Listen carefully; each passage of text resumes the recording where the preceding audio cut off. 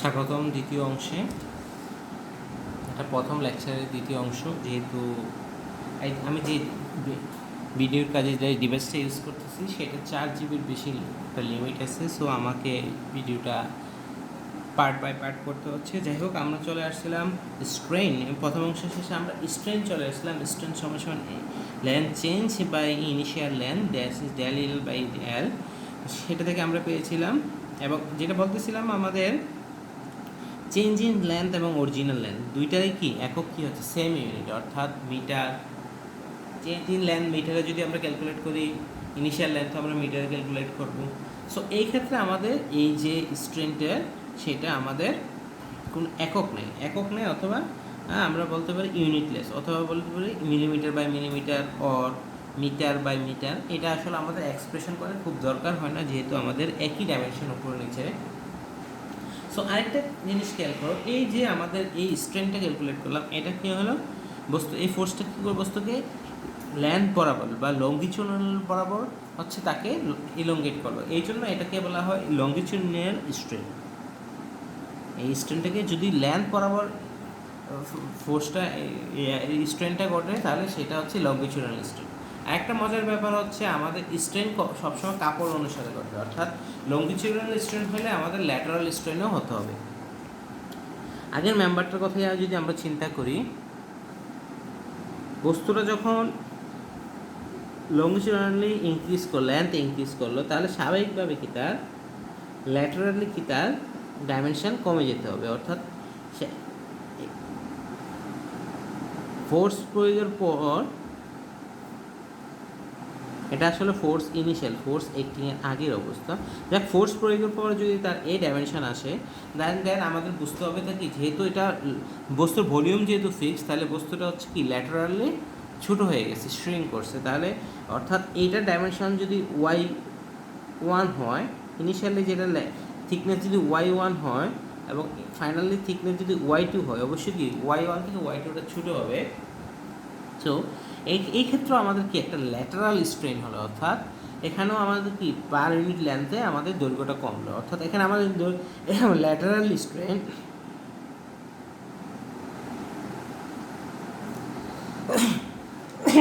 এখানে স্ট্রেনের চেঞ্জ কত, ইনিশিয়াল ছিল y1, শেষে হচ্ছে y2, তাহলে চেঞ্জ হচ্ছে y1 মাইনাস y2, এবং ইনিশিয়াল কন্ডিশনে ছিল y1। তাহলে এইটা হচ্ছে আমাদের ল্যাটারাল স্ট্রেন। এবং একটু আগে আমরা পাইলাম লঙ্গিচুডাল স্ট্রেন বা লেন্থ বরাবর স্ট্রেংথ হচ্ছে আমাদের ডেল এল বাই এল। আমরা যেটা পয়জনস রেশিও, তাহলে পয়জনস রেশিওতে আমরা যদি খেয়াল করি, পয়জনস রেশিওতে ছিল কি, আমরা আগেও পরে আসছি, Poisson's ratio lateral strain by longitudinal strain.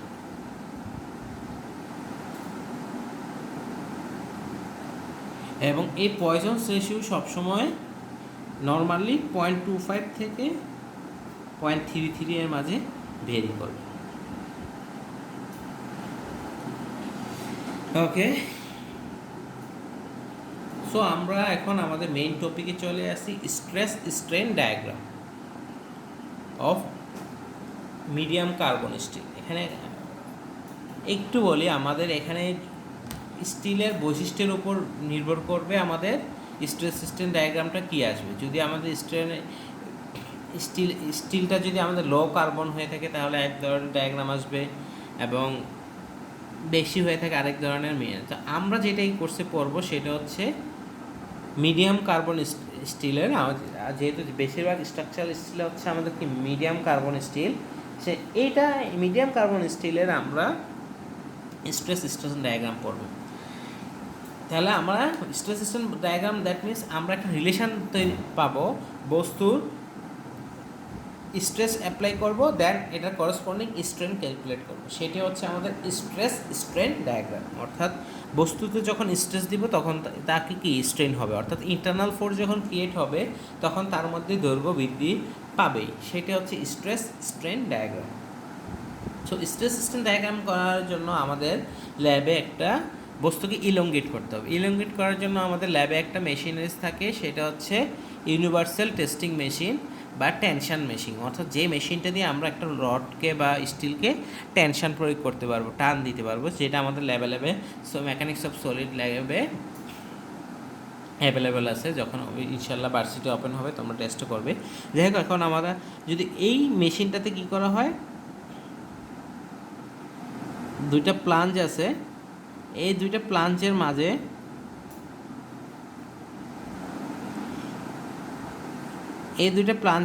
স্টিলটা আটকে দেওয়া হয় এবং এটাকে দুই পাশে টান দেওয়া হয়। অর্থাৎ এইখানে আমাদের স্টিল বারটা কী করা হয়, স্টিল বারটা রাখা হয় এবং পরে হাইড্রোলিক পাম্পিংয়ের মাধ্যমে এইটাকে ইলঙ্গেট করা হয়। এই প্রশ্ন বেসটা ফিক্স থাকে এবং এটাকে উপরের দিকে তোলা হয় এবং এটাকে এখানে আটকে দেওয়া হয়। তাহলে এটা কি হবে, ইলঙ্গেট করবে। এবং এই ইলঙ্গেট করার ফলে সো এই ম্যাটেরিয়ালসটা নিয়ে আমাদের একটু ডাইমেনশন নিয়ে একটু কথা বলতে হবে। নর্মালি এই যে স্টিলটা ইলঙ্গেট করা হয় সেটার ডায়ামিটার হয় 13 মিলিমিটার, অর্থাৎ যে বারটাকে আমরা ইলঙ্গেট করব সেটা হবে 13 মিলিমিটার, এবং যেই লেন্থে আমরা ক্যালকুলেশন করব, অর্থাৎ যেই লেন্থ আমরা কনসিডার করব, এই লেন্থ হচ্ছে 50 মিলিমিটার। পুরো লেন্থটা নেওয়া হচ্ছে না, কারণ এই যে অংশটা, এই অংশটা এবং এই অংশটা, এই দুটাকে এই ইউনিভার্সাল টেস্টিং মেশিন জয়ের ভিতর বা দাঁত যেটা বলি আমরা, যেটা আটকে রাখার জন্য যে এই জয়ের ভিতর হচ্ছে এই অংশটা হচ্ছে আমাদের চলে যাবে। সো এটা আর ইলঙ্গেট করতে পারতেছে না, এই ভিতরের যে অংশ দুইটা এইটা হচ্ছে ইলঙ্গেট করতে পারতেছে। সো আমরা এখানে দুইটা 50 মিলিমিটার একটা পোর্শন মার্ক করে ওই অংশের জন্য হিসাব করা হয়। সো আমরা বুঝতে পারলাম যে মেম্বারটা নেব সেটা ইনিশিয়াল লেন্থ থাকবে, ইনিশিয়াল লেন্থ যাই হোক আমাদের গজ লেন্থ, এটাকে বলা হয় গজ লেন্থ, অর্থাৎ যেই লেন্থে আমরা কনসিডার করতেছি সেটা হচ্ছে গজ লেন্থ। এই গজ লেন্থ হবে 50 মিলিমিটার এবং মেম্বারের ঢায়া হবে 13 মিলিমিটার। এবং ইনিশিয়ালি আমরা কী করব, এই জয়ের ভিতর, এই ইউনিভার্সাল টেস্টিং মেশিনের যে এই জয়ের ভিতরে হচ্ছে আমরা এই দুইটা ফোর্সকে রেখে আমরা খুব গ্র্যাজুয়ালি, খুব আস্তে আস্তে আমরা এটাকে হাইড্রোলিক প্রেশারের মাধ্যমে এটাকে উপরে তুলতে থাকবো। উপরে তোলার ফলে কি হবে, আমরা মেশিন থেকে রিডিং পাবো স্ট্রেস এবং স্ট্রেন, ফোর্স, কত ফোর্স অ্যাপ্লাই করতেছে, এইখানে যে কি ফোর্স অ্যাপ্লাই করতেছে সেটা আমাদের মেশিন রিডিং দিবে এবং কতটুকু ইলেঙ্গেট হচ্ছে সেটা দেবে। এটা হচ্ছে মেশিন। আর এটা এখানে যেটা হচ্ছে স্ট্রেন গজ, স্ট্রেন পরিমাপের যে মেশিনটা, স্ট্রেন গজ আমাদের রিডিং দিবে হচ্ছে কতটুকু ইলেঙ্গেট হচ্ছে আর ফোর্স। তাহলে আমরা ম্যাটেরিয়ালসটা যদি আমরা এখন জানি, আমরা স্ট্রেস সমান জানি সিগমা সমান F/A, স্ট্রেন জানি আমরা ডেল L/L। সো কন্টিনিউয়াসলি বস্তুটার ক্রস সেকশনাল এরিয়া যদি 13 মিলিমিটার দেয়, তাহলে আমরা কি এ জানি, ইনিশিয়াল লেন্থ L জানি 50 মিলিমিটার। সো আমরা কিছুক্ষণ পর যখন কন্টিনিউয়াসলি ফোর্স অ্যাপ্লাই করতে হবে গ্র্যাজুয়ালি, তখন আমরা F এবং F এর করসপন্ডিং ডেল L ক্যালকুলেট করতে পারলে আমরা স্ট্রেস এবং স্ট্রেন ক্যালকুলেট করতে পারবো। ওকে, এই F এবং ডেল Lটা বারবার ক্যালকুলেট করব, রিডিংটা নিয়ে রাখবো, পরবর্তীতে আমরা ড্রয়িংটা করব। সো এই যে তাহলে স্ট্রেস এবং স্ট্রেন ডায়াগ্রামে কী করতে হবে, তাহলে আমাদের একটা গ্রাফ পেপার নিব, এই বরাবর থাকবে স্ট্রেস এবং স্ট্রেন, তারপর আমরা অনেকগুলো পয়েন্ট পাবো যে এটা যে সাজ দ্যাট আমরা 1 মিনিট পরে দেখলাম যে 20 কিলোনিউটন ফোর্স আমার মেশিন রিডিং দিচ্ছে, তো 20 কিলোমিটার করসপন্ডিং স্ট্রেস পাবো। কীভাবে পাবো, এখানে এফ এর জায়গায় 20 কিলোনিউটন বসাবো, এর জায়গায় হচ্ছে 10 π/4 d², তাহলে আমরা স্ট্রেস পাবো। এবং করসপন্ডিং স্ট্রেন পাওয়ার জন্য আমরা তখন স্ট্রেন গজ থেকে এটা রিডিং দেখে নেবো, এটা কত মিলিমিটার ইলঙ্গেটেড আছে, করসপন্ডিং এভাবে বিভিন্ন পয়েন্ট পাবো, তাই না? স্ট্রেস এবং স্ট্রেন দুইটা মান থাকলে কি আমরা এই গ্রাফে পয়েন্ট পাবো। ওকে, সো আমি এখন এবং আরেকটা কথা, আমরা যে এই ক্রস সেকশন এরিয়া, এই এরিয়াটা দেখো, একটা বস্তু যখন ইলঙ্গেট হয়ে থাকে, একটু আগে আমরা বলছি কি ল্যাটারাল স্ট্রেন হয়, ল্যাটারাল স্ট্রেন হওয়ার ফলে কি হচ্ছে, ক্রস সেকশন এরিয়াটা প্রতিনিয়ত চেঞ্জ হচ্ছে, কিন্তু প্রতিনিয়ত চেঞ্জ হলে কী হচ্ছে, আমাদের বারবার এটা কী করতে হবে, সেই লেন্থ চেঞ্জ যে অংশটা, এই ডায়ামিটারটা বারবার চেঞ্জ করতে হবে, তো ক্রস সেকশন এরিয়াটা বারবার চেঞ্জ করা উচিত ছিল। কিন্তু আমরা এখানে একদম অ্যাকচুয়াল স্ট্রেস স্ট্রেন ডায়াগ্রাম আঁকবো না, আমরা ইঞ্জিনিয়ারিং স্ট্রেস নেব। ইঞ্জিনিয়ারিং স্ট্রেস হচ্ছে ওইটাই যেখানে আমার ক্রস সেকশন এরিয়াটা পরিবর্তন করতে হবে না, অর্থাৎ ইনিশিয়াল যে ক্রস সেকশন এরিয়া থাকবে সেটাকে আমরা পুরো অংশে ধরে রাখবো, কনসিডার করবো। ইনিশিয়াল 13 মিলিমিটার যেটা থাকবে আমাদের, ওইটাই আমরা পুরো এক্সপেরিমেন্টে কনসিডার করবো যে 13 মিলিমিটার। কিন্তু যদিও বাস্তবে এটা কি 12 মিলিমিটারে চলে আসতে পারে বা আরও কমই চলে আসতে পারে, যেটা এখানে কনসিডার করা হবে না, সেটা হচ্ছে ইঞ্জিনিয়ারিং স্ট্রেস। সো আমরা যে ডায়াগ্রামটা আঁকবো, অ্যাকচুয়াল কথা বলতে গেলে এটা আসলে স্ট্রেস স্ট্রেন ডায়াগ্রাম না, এটা হচ্ছে কনভেনশনাল স্ট্রেস স্ট্রেন ডায়াগ্রাম। যেখানে কনভেনশনাল অর্থ হচ্ছে যেটা আমাদের সবসময় ইউজ করা হচ্ছে, এটা হচ্ছে কনভেনশনাল স্ট্রেস স্ট্রেন ডায়াগ্রাম। অর্থাৎ এখানে আমরা প্রকৃত স্ট্রেন নিচ্ছি না, কোন স্ট্রেন কোন স্ট্রেস নিচ্ছি, প্রকৃতি স্ট্রেস নিচ্ছি না, কোন স্ট্রেস নিচ্ছি, যেটা হচ্ছে আমাদের ইঞ্জিনিয়ারিং স্ট্রেস। আর যদি আমরা এই ডায়াগ্রামটাই ক্রস সেকশনাল এরিয়া অর্থাৎ ডাইমেনশন চেঞ্জের সাথে সাথে ক্যালকুলেট করি, অর্থাৎ বারবার ক্যালকুলেট নিয়ে করি, তাহলে সেই যে স্ট্রেস স্ট্রেন ডায়াগ্রামটা পাবো সেটা হচ্ছে ট্রু স্ট্রেস স্ট্রেন ডায়াগ্রাম, যেটা এবং যে স্ট্রেসটা আসবে সেটা হচ্ছে ট্রু স্ট্রেস, অর্থাৎ অ্যাকচুয়াল যে স্ট্রেসটা। সো আমরা একটা মিল স্টিলে স্ট্রেস স্ট্রেন ডায়াগ্রাম নিয়ে একটু পড়াশোনা করি। তোমরা এটা ল্যাবে পুরোপুরি এক্সপ্লেন করবে এবং ডায়াগ্রামটা পাবে। সো আমি ল্যাব প্রসিডিউরে যাচ্ছি না, আমাদের যে নর্মাল যে বিহেভিয়ার স্ট্রেস স্ট্রেন ডায়াগ্রামের আমরা সেটা দেখতেছি।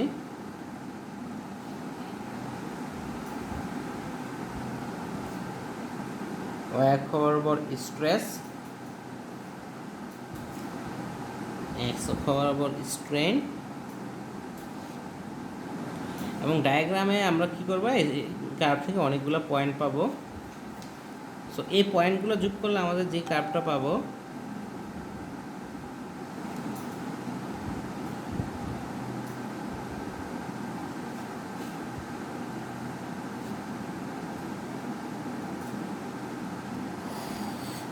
আমরা যদি প্রতিনিয়ত বিভিন্ন স্লোলি যে লোডটা দেব, সেটা যদি আমরা বারবার ডায়াগ্রামটা সবগুলো পয়েন্ট যোগ করে সবগুলো পয়েন্ট বসে তারপর যোগ করি, এখানে হাজার হাজার পয়েন্ট নিয়ে অনেকগুলো পয়েন্ট নিয়ে যদি সবগুলো যোগ করি, তাহলে আমাদের স্ট্রেস স্ট্রেন ডায়াগ্রামটা এরকম আসবে মিল স্টিলের।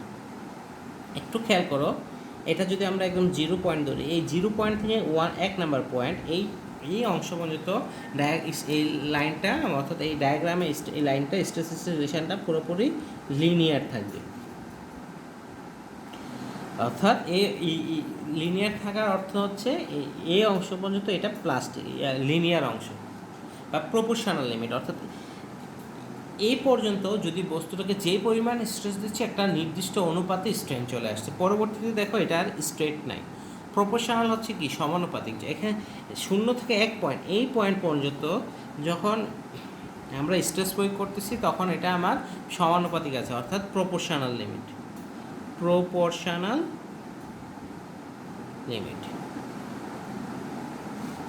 অর্থাৎ স্ট্রেস স্ট্রেন ডায়াগ্রামটা সমানুপাতিক আছে। তারপরে দেখো আরেকটা পয়েন্ট আমরা চেঞ্জ পয়েন্টগুলো খেয়াল করলে এই 2 নাম্বার একটা পয়েন্ট থাকবে, এই পয়েন্টকে বলা হয় ইলাস্টিক লিমিট। অর্থাৎ এই পর্যন্ত যদি আমি বস্তুটাকে ইলংগেট করি, তারপরে ফোর্সটা রিলিজ করে দিই বা সরাই ফেলি, তাহলে দেখা যাবে হচ্ছে বস্তুটা আগের অবস্থায় চলে আসছে। তাহলে এটা এই 2 নাম্বার পয়েন্ট যেটা, সেটাকে বলা হয় ইলাস্টিক লিমিট। অর্থাৎ এই পর্যন্ত বস্তুটা ইলাস্টিসিটি শো করবে।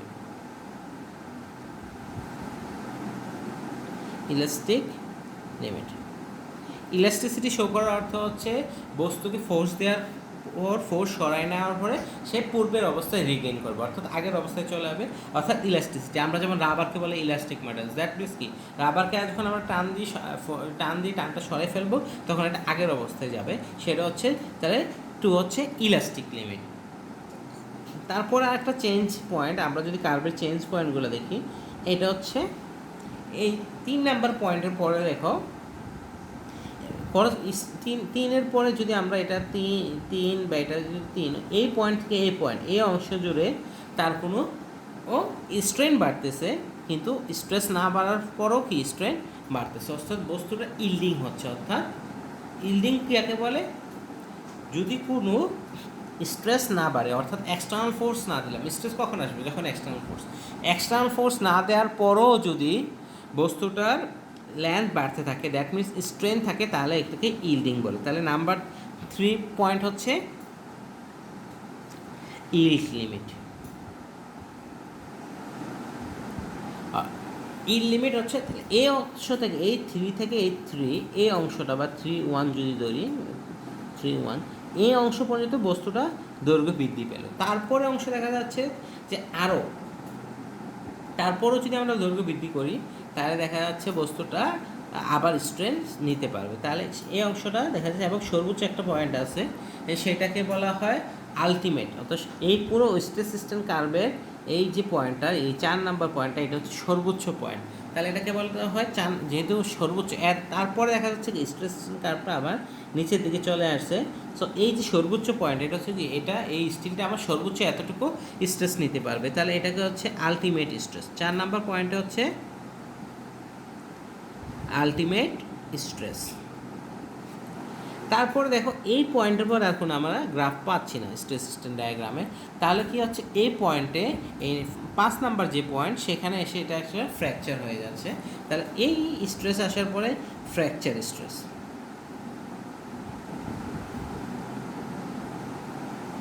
তাহলে দেখা যাচ্ছে আলটিমেট স্ট্রেসের পরে তারপরে যদি স্ট্রেস আমরা কমায়ও ফেলি, তাহলে দেখা যাচ্ছে কি স্ট্রেন যদি দেই, তাহলে বস্তুটা অটোমেটিক আরও লোড কম নিচ্ছে এবং সে এক পর্যায়ে ফেল করতেছে। এই কথাটা কেন আসতেছে? কারণ একটা পর্যায়ে আসলে বস্তুর স্ট্রেস নেওয়ার ক্যাপাসিটি কমে না। এখানে যেটা আমরা ইঞ্জিনিয়ারিং স্ট্রেস নেওয়ার ফলে যে আমরা একটা যে প্রবলেমটা ক্রিয়েট করেছি, সেটা হচ্ছে বস্তুটা যদি ইনিশিয়ালি এরকম থাকে, আলটিমেট স্ট্রেসে যাওয়ার পরে বস্তুটা নেকলিং শুরু হয়। নেকলিং অর্থ হচ্ছে চিকন হয়ে যাওয়া, অর্থাৎ বস্তুটা হচ্ছে তখন আর এরকম ইনিশিয়ালি ইলংগেট না হয়ে সে তার নেকলিং হবে, অর্থাৎ সে একটা অংশে যে সে চিকন হয়ে যাবে। এখন বস্তুটা যদি আমাদের নেকলিং হয়ে যায়, অর্থাৎ চিকন হয়ে যায়, এবং আমি যদি এই ডায়ামিটার যেটা আমার বস্তুটা এখন ইলংগেট হচ্ছে এই বরাবর দিয়ে, অর্থাৎ চিকন ডায়ামিটার দিয়ে, আমি ইঞ্জিনিয়ারিং স্ট্রেসে ডায়ামিটার বসাচ্ছি কোথায়? ইনিশিয়াল যে ডায়ামিটার। তাহলে কি হচ্ছে, স্বাভাবিকভাবেই কি তার স্ট্রেসটা কম দেখাচ্ছে, কিন্তু অ্যাকচুয়াল কন্ডিশনে যদি থাকতো তাহলে তার স্ট্রেস ডায়াগ্রামটা আসলে একটু বেশি দেখাতো। অর্থাৎ যদি ট্রু স্ট্রেস থাকতো তাহলে ডায়াগ্রামটা এইখানে এসে দেখাতো, তাহলে হচ্ছে প্রকৃত অংশ, এটা হচ্ছে ট্রু, আর এটা হচ্ছে আমার ইঞ্জিনিয়ারিং বা কনভেনশন। আমাদের সিলেবাসে বা আমাদের কন্টেন্টে ইঞ্জিনিয়ারিং স্ট্রেসটাই প্রয়োজন। যেমন এই ডায়াগ্রামে, তাহলে আমরা যদি ডায়াগ্রামটা আরেকটু রিভিউ করি, তাহলে আমরা দেখতেছি বস্তুটা 0 থেকে 1 পর্যন্ত বা 0 থেকে 2 পর্যন্ত যদি ধরি, এই অংশটাতে সে কি ইলাস্টিক ব্যবহার দেখালো, অর্থাৎ সে ইলাস্টিক বিহেভিয়ার শো করবে, অর্থাৎ সে আগের অবস্থায় শো হয়ে যাবে। তাহলে এই অংশটাকে ইলাস্টিক বিহেভিয়ার বলা যায়।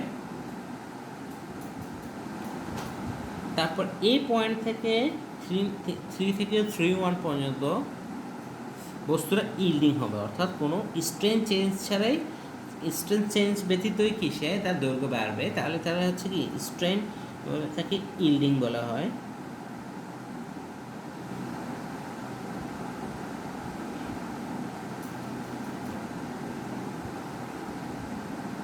আর প্রপোর্শনাল লিমিট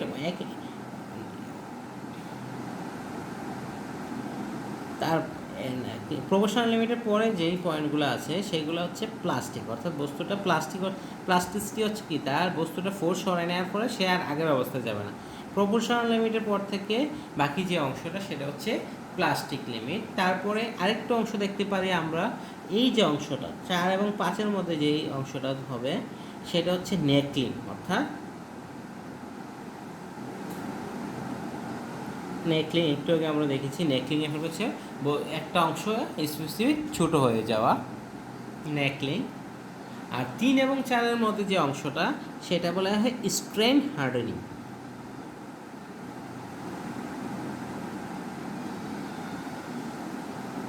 অর্থাৎ এই পর্যায়ে বস্তুটা কিছু শক্তি গেইন করে নিবে, সেটা হচ্ছে স্ট্রেন হার্ডেনিং। সো আমরা স্ট্রেস স্ট্রেন ডায়াগ্রামের একটা বেসিক অংশ পড়ে ফেললাম। সো আমাদের যে অংশ বা আমার যে কোর্স কন্টেন্ট বা আমরা C211-এ যতটুকু পড়বো, এইটাতে আমাদের লিমিট হচ্ছে 1 নাম্বার পয়েন্ট পর্যন্ত। স্ট্রেস স্ট্রেন ডায়াগ্রামটা যতটুকু পর্যন্ত লিনিয়ার, ওই পর্যন্তই আমাদের লিমিট। সো আমাদের জন্য অংশ খুব সহজ, আমরা এই লিনিয়ার অংশ নিয়ে কাজ করব।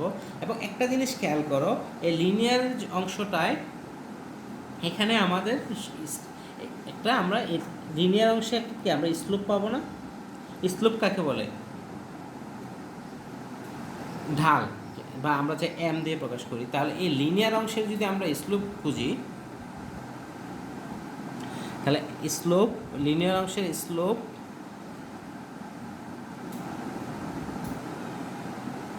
এম ইকুয়াল কি,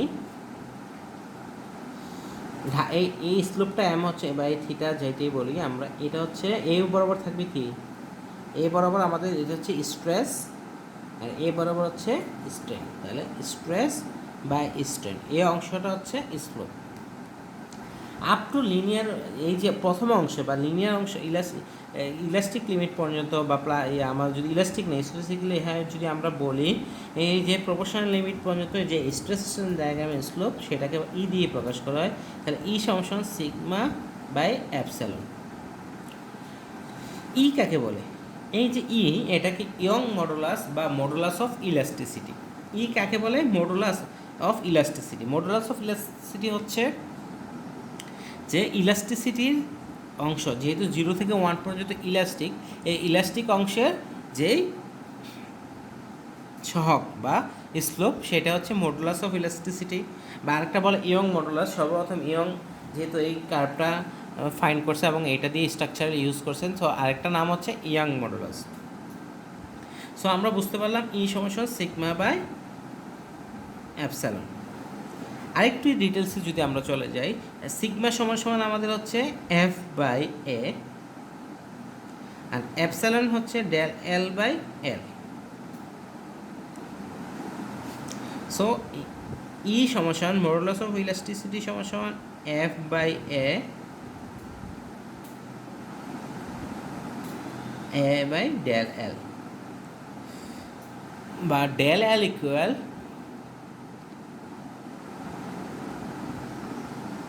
F L by A E. অর্থাৎ বস্তুর যদি আমরা মডুলাস অফ ইলাস্টিসিটি ই জানতে পারি,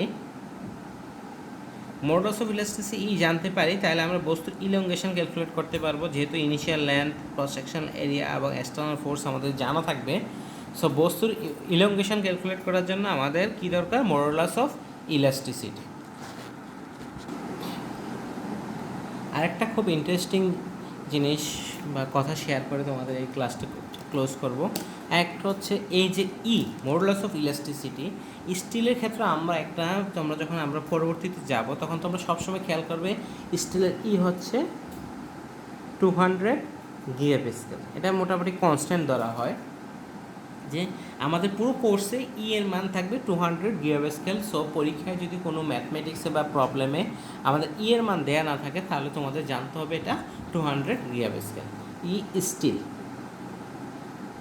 দেখো এখন আমি শুরুতে বলেছিলাম কি, সকল স্টিলের গঠন একই না। Soft steel, structural steel, machine steel, hard steel, spring steel, এই সবগুলো স্টিলে কি কার্বনের পার্সেন্টেজ বেশি, ভিন্ন, এবং এক এক ধরনের স্ট্রেস সিস্টেম কার্ভ শো করে। বাট একটা খুবই ইন্টারেস্টিং জিনিস হচ্ছে, এই যে স্টিলগুলো সবগুলোই হচ্ছে আমার, যেমন আমাদের যদি সফট স্টিল থাকে, তাহলে সে স্ট্রেস সিস্টেম ডায়াগ্রামটা এরকম। এটা হচ্ছে সফট স্টিলের জন্য, যেটাতে কার্বনের পরিমাণ 0.1%, আচ্ছা 0.1% কার্বন। তার পরবর্তীতে যদি আমি স্ট্রাকচারাল স্টিল, যেটাতে কার্বনের পরিমাণ থাকে 0.2%, সেটা দেখা যাচ্ছে স্ট্রেস সিস্টেম ডায়াগ্রাম এইরকম। তারপরে যদি আমরা বলি যে মেশিন স্টিল, তাও তারপর তাহলে এটা হচ্ছে স্ট্রাকচারাল স্টিল 0.2%, বা মেশিন স্টিল যেটাতে 0.6%। মেশিনারিজ যে স্টিলগুলো, তারপর হার্ড স্টিল যেগুলো, এগুলোতে হচ্ছে 0.6%, কিন্তু হিটেড অ্যান্ড হিট ট্রিটমেন্ট করা হয়। আর যদি আরও আসি, স্প্রিংয়ে যে ধরনের স্টিলগুলো ইউজ করা হয় সেটা হচ্ছে 1% কার্বন। এই সবগুলো কিন্তু কার্বনের পরিমাণ 1% carbon, 2% carbon, 0.6% carbon, 0.6% carbon and heat treatment, 1% carbon. Okay, আবার যদি একটু বলি তাহলে একদম এটা হচ্ছে সফট স্টিল, এটা হচ্ছে স্ট্রাকচারাল স্টিল, 0.2% কার্বন ইউজ করা হয়। তারপর হচ্ছে মেশিন স্টিল, যেটাতে 0.6% কার্বন বাট নো ট্রিটমেন্ট। তারপর হচ্ছে এটা হার্ড স্টিল, বা এটাকে বলা হয় স্প্রিং স্টিল। এই সবগুলো জিনিস স্ট্রেস স্ট্রেন ডায়াগ্রাম খেয়াল করলে আমরা দেখতে পারবো যে সবগুলো স্টিলেই 1 2 3 4 5 এই 5 ধরনের স্টিলেই স্ট্রেস স্ট্রেন ডায়াগ্রামটা ইলাস্টিসিটি অংশ পর্যন্ত, স্ট্রেস স্ট্রেন ডায়াগ্রামটা পুরোপুরি ইলাস্টিক অংশ পর্যন্ত হচ্ছে আমাদের লিনিয়ার, অর্থাৎ এই অংশের যে স্লোপ হবে এই অংশের স্লোপ একই হবে, এই অংশের স্লোপ একই হবে। যদিও কি এই অংশটা হচ্ছে আমার সফট স্টিলে নাই, কিন্তু সফট স্টিলের এই স্লোপটা যা হবে আমাদের হার্ড স্টিলে একই স্লোপটা হবে। সো স্ট্রেস স্ট্রেন ডায়াগ্রাম থেকে আমরা এটা বুঝতে পারলাম যে কার্বনের পার্সেন্টেজ যাই হোক আমাদের এইটাতে স্ট্রেস স্ট্রেন ডায়াগ্রামের স্লোপ একই হবে। স্লোপ একই হওয়া মানে হচ্ছে আমাদের আমরা জানি সমান কি, স্লোপ হচ্ছে সিগমা বা এপসাইলন, এবং এইটা, এবং সব স্টিলের ক্ষেত্রে এটা 200 গিগাপাস্কেল। সো আশা করি তোমরা এই দুইটা ভিডিও দেখে বুঝতে পারবে, এবং এই দুইটা ভিডিওর উপর যে বেস করে আমরা নেক্সট আগামীকাল একটা ডিসকাশন ক্লাসের আয়োজন করছি, এবং আমরা ইনশাল্লাহ রেগুলারলি ভিডিও আপলোড দিব এবং তোমাদেরকে টাইম জানাই, ফেসবুকের মাধ্যমে ক্লাস টাইম ফিক্স করে দিব, এবং তোমাদের সাথে আলোচনার মাধ্যমে অবশ্যই। এবং আশা করি তোমরা বুঝতে পারছো, এবং না বুঝতে পারলে অবশ্যই আমরা আগামীকালকে ডিসকাশনে সেটা মার্ক করে রাখবে, এবং আমরা আবার ডিসকাশন করব। Thank you for joining.